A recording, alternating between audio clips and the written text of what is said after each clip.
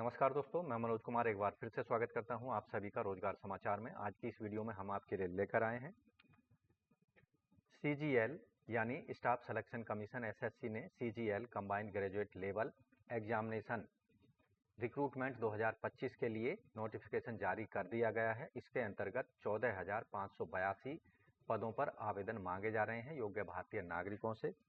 तो पदों से संबंधित डिटेल जानकारी इस वीडियो में आपको उपलब्ध होने वाली है, इसलिए वीडियो पर हमारे साथ अंत तक बने रहें ताकि वीडियो को एक लाइक कर दें, अपने दोस्तों में शेयर कर दें। चैनल पर पहली बार आए हैं तो चैनल को सब्सक्राइब करके बेल आइकन को जरूर दबाएं, जिससे आने वाले लेटेस्ट रोजगार समाचार आपको रोजाना हिंदी में मिलते रहेंगे। आप शुरुआत करें नए कल की। तो दोस्तों, एसएससी के द्वारा जारी किए गए एडवर्टाइजमेंट पर हम आ चुके हैं। कंबाइंड ग्रेजुएट लेवल एग्जामिनेशन 2025 ये एडवर्टाइजमेंट 9 जून को जारी किया गया है और 9 जून से ही आवेदन शुरू हो चुके हैं ऑनलाइन मोड में। 4 जुलाई तक आवेदन किए जा सकते हैं। लास्ट डेट यहाँ पर ऑनलाइन आवेदन करने की 4 जुलाई 2025 शाम रात के 11 बजे तक। लास्ट डेट है फीस पेमेंट करने की 5 जुलाई और आवेदन में करेक्शन कर सकते हैं एप्लीकेशन फॉर्म में 9 से 11 जुलाई 2025 रात के 11 बजे के बीच में 2 दिन का समय मिलेगा। टेंटेटिव जो एग्जामिनेशन होगा फर्स्ट टायर का कंप्यूटर आधारित 13 से 30 अगस्त 2025 के बीच होगा और जो टायर 2 का कंप्यूटर आधारित एग्जामिनेशन है वो दिसंबर 2025 में आयोजित किया जाएगा ऑल ओवर इंडिया में बनाए जाने वाले एग्जामिनेशन सेंटर्स पर।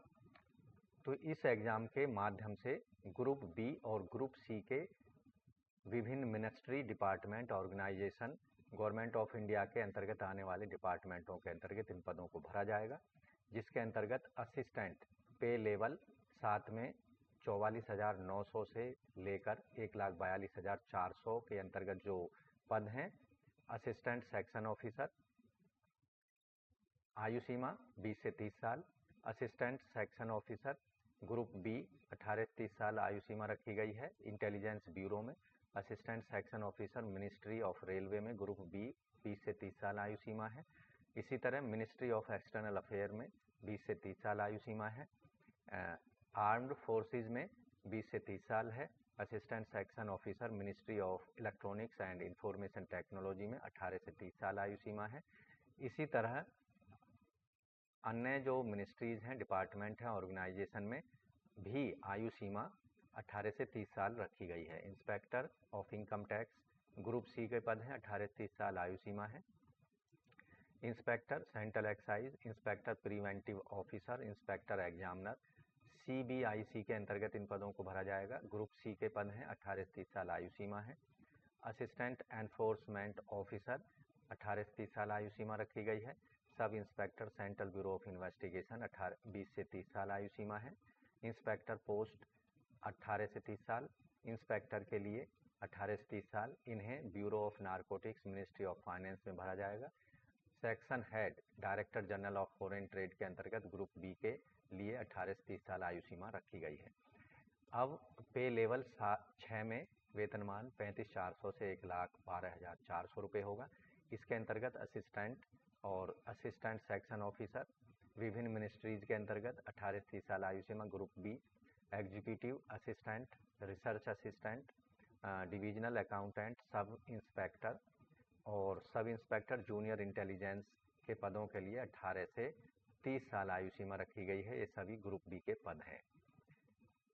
जूनियर स्टैटिस्टिकल ऑफिसर 18 से 32 साल आयु सीमा होनी चाहिए। इन पदों को ministry of statics and programme implementation के अंतर्गत भरा जाएगा। स्टैटिस्टिकल इन्वेस्टिगेटर ग्रेड 2 के लिए मिनिस्ट्री ऑफ होम अफेयर्स में 18 से 30 साल आयु सीमा है। ऑफिस सुपरिंटेंडेंट CBDP के अंतर्गत 18 से 30 साल आयु सीमा है। लेवल 5 में वेतनमान 29,200 से 92,300 रुपये होगा। इसके अंतर्गत ऑडिटर और अकाउंटेंट ग्रुप सी के पद हैं ये सभी। अकाउंटेंट और जूनियर अकाउंटेंट 18 से 27 साल आयु सीमा रखी गई इनके लिए। पे लेवल 4 में वेतनमान 25,500 से 81,100। इसके अंतर्गत ग्रुप सी के जो पद हैं उनके लिए भी 18 से 27 साल की आयु सीमा रखी गई है, जैसे postal assistant, sorting assistant, senior secretary assistant, upper division clerk, senior administrative assistant, tax assistant और सब इंस्पेक्टर। तो दोस्तों, एसएससी के द्वारा जारी किए गए जो टेंटेटिव वैकेंसी हैं 14,582 कुल वैकेंसी हैं, जिनके लिए आप केवल ऑनलाइन मोड में आवेदन कर सकते हैं ssc.gov.in की वेबसाइट पर जाकर। इन पदों पर आवेदन करने के लिए आवेदक की जो नेशनलिटी है, आवेदक भारतीय नागरिक हो, इसके साथ नेपाल भूटान के नागरिक भी इन पदों पर आवेदन कर सकते हैं। आयु सीमा 1 अगस्त 2025 के आधार पर की जाएगी। कम से कम 18 से 27 साल आयु सीमा रखी गई है। यहाँ पर कई पदों के लिए 20 से 30 साल आयु सीमा रखी गई है और कुछ पदों पर 18 से 30 साल और 18 से 32 साल आयु सीमा रखी गई है, जैसा कि पहले हम बता चुके हैं। अधिकतम आयु सीमा में रिलैक्सेशन दिया जाएगा। SC/ST को 5 साल, OBC NCL को 3 साल, PWD को 10 साल तक का, एक्स सर्विसमैन को 3 साल तक का, डिफेंस पर्सनल को 3 साल तक का और डिफेंस पर्सनल SC/ST को 8 साल तक का अपर एज में रिलैक्सेशन दिया जाएगा। Educational qualification junior statistical officer के लिए बैचलर डिग्री आवेदक के पास होनी चाहिए। 60% मार्क्स के साथ में मैथमेटिक्स 12th स्टैंडर्ड पर आवेदक ने जरूर पढ़ा हो या फिर बैचलर डिग्री किसी भी सब्जेक्ट में स्टैटिस्टिक्स सब्जेक्ट के रूप में आवेदक ने डिग्री लेवल पर पास की हो। स्टैटिस्टिकल इन्वेस्टिगेटर ग्रेड 2 के लिए बैचलर डिग्री किसी भी सब्जेक्ट में स्टैटिस्टिक्स सब्जेक्ट के साथ में, जबकि अन्य सभी पदों के लिए बैचलर डिग्री होनी चाहिए आवेदक के पास किसी भी सब्जेक्ट में किसी भी रिकॉग्नाइज्ड यूनिवर्सिटी से। सभी जो एजुकेशनल क्वालिफिकेशन से संबंधित सर्टिफिकेट हैं 1 अगस्त 2025 तक आवेदक के पास फिजिकल मोड में प्रेजेंट होने चाहिए। हाउ टू अप्लाई, आवेदन कैसे करें? तो आवेदन करने के लिए आपको ssc.gov.in की वेबसाइट पर जाना होगा और अपने एप्लीकेशन फॉर्म भरने के लिए 1 टाइम रजिस्ट्रेशन करा लेना है। अप्लाई करते समय आवेदक को अपने स्कैन किए हुए JPG या JPEG फॉर्मेट में 10 से 20 KB साइज तक अपने सिग्नेचर अपलोड करने हैं, जबकि फ़ोटो का जो साइज होगा 20 से 50 KB तक अपलोड किया जा सकता है JPG या JPEG फॉर्मेट में, जो कि फ़ोटो कलर होना चाहिए और 3 महीने से ज़्यादा पुराना नहीं होना चाहिए। एप्लीकेशन फ़ीस ऑनलाइन मोड में पेमेंट करनी है। जनरल OBC EWS को 100 रुपये जो कि नॉन रिफंडेबल होगी। Credit card, debit card, net banking या UPI के माध्यम से फ़ीस पेमेंट की जा सकती है। सभी वर्गों की महिलाएं SC/ST, OBC, SC/ST और PWD एक्स सर्विसमैन को कोई फ़ीस पेमेंट नहीं करनी है। ऑनलाइन मोड में फ़ीस 5 जुलाई 2025 रात के 11 बजे तक की जा सकती है। दोस्तों, एप्लीकेशन फॉर्म में कोई गलती होगी तो उसमें आप करेक्शन कर सकते हैं 9 से 11 जुलाई 2025 के बीच में रात के 11 बजे तक। इसके लिए आपको सुधार शुल्क, करेक्शन शुल्क 200 रुपये पहली बार शुल्क करेक्शन करने के लिए और दूसरी बार करेक्शन करते हैं तो 500 रुपये ऑनलाइन मोड में आपको चार्जेज पेमेंट करने होंगे। अप्लाई करते समय आपको अपने एप्लीकेशन फॉर्म में एग्जामिनेशन सेंटर्स की प्रेफरेंस देनी होगी। उसकी एक लिस्ट यहाँ पर स्टेट वाइज दी गई है। अपनी मनपसंद के एग्जामिनेशन सेंटर एप्लीकेशन फॉर्म में आप दे सकते हैं। एग्जामिनेशन जो स्कीम होगी, यहाँ 2 चरणों में एग्ज़ाम होगा, टायर 1 और टायर 2 का, जो कि ऑनलाइन मोड में होगा। टायर 1 का जो एग्ज़ाम होगा इसके अंतर्गत जनरल इंटेलिजेंस रीजनिंग पर 25 प्रश्न, जनरल अवेयरनेस, क्वांटिटेटिव एप्टीट्यूड और इंग्लिश कॉम्प्रीहेंशन पर 25-25 प्रश्न पूछे जाएंगे 50-50 मार्क्स के। 1 घंटे का इसके लिए समय दिया जाएगा टायर 1 के एग्ज़ाम के लिए। टायर 1 में सभी क्वेश्चन मल्टीपल चॉइस होंगे। इंग्लिश हिंदी दोनों भाषाओं में इंग्लिश लैंग्वेज के प्रश्नों को छोड़कर सभी प्रश्न मिलेंगे। यहाँ नेगेटिव मार्किंग भी होगी। हर गलत उत्तर देने पर 0.5 यानी 1/2 मार्क्स काट लिए जाएंगे नेगेटिव मार्किंग के लिए। टायर 2 का जो एग्ज़ाम होगा, यहाँ पहले सेक्शन में मैथमेटिकल एबिलिटी और रीजनिंग एबिलिटी और जनरल इंटेलिजेंस पर 30-30 प्रश्न पूछे जाएंगे, जो कि मल्टीपल चॉइस होंगे। 60 प्रश्न होंगे इस सेक्शन में, सेक्शन 1 में, और 180 अंकों के ये प्रश्न होंगे। इसी तरह सेक्शन 1 जो होगा 2 घंटे 15 मिनट का यहाँ पर होगा। इसमें पेपर 1 का जो सेक्शन 2 है, इंग्लिश लैंग्वेज कॉम्प्रीहेंशन और जनरल अवेयरनेस पर 45, जनरल अवेयरनेस पर 25 और इंग्लिश कॉम्प्रीहेंशन पर 45 प्रश्न पूछे जाएंगे। टोटल प्रश्न होंगे सेक्शन 2 में 70 और यहाँ कुल निर्धारित अंक होंगे 70 × 3 यानी 210।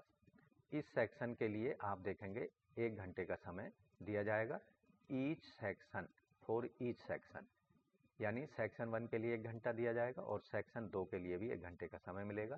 सेक्शन 3 जो होगा, कंप्यूटर नॉलेज से रिलेटेड 20 प्रश्न पूछे जाएंगे यहाँ 60 अंकों के 15 मिनट का इसके लिए समय दिया जाएगा। और सेक्शन 2 जो होगा इसमें 15 मिनट का इसके लिए समय दिया जाएगा। सेक्शन 4 के लिए डेटा एंट्री स्पीड टेस्ट के लिए डेटा एंट्री टास्क यहाँ पर दिया जाएगा कैंडिडेट को। 20 मिनट के समय में ये कंप्लीट करना होगा।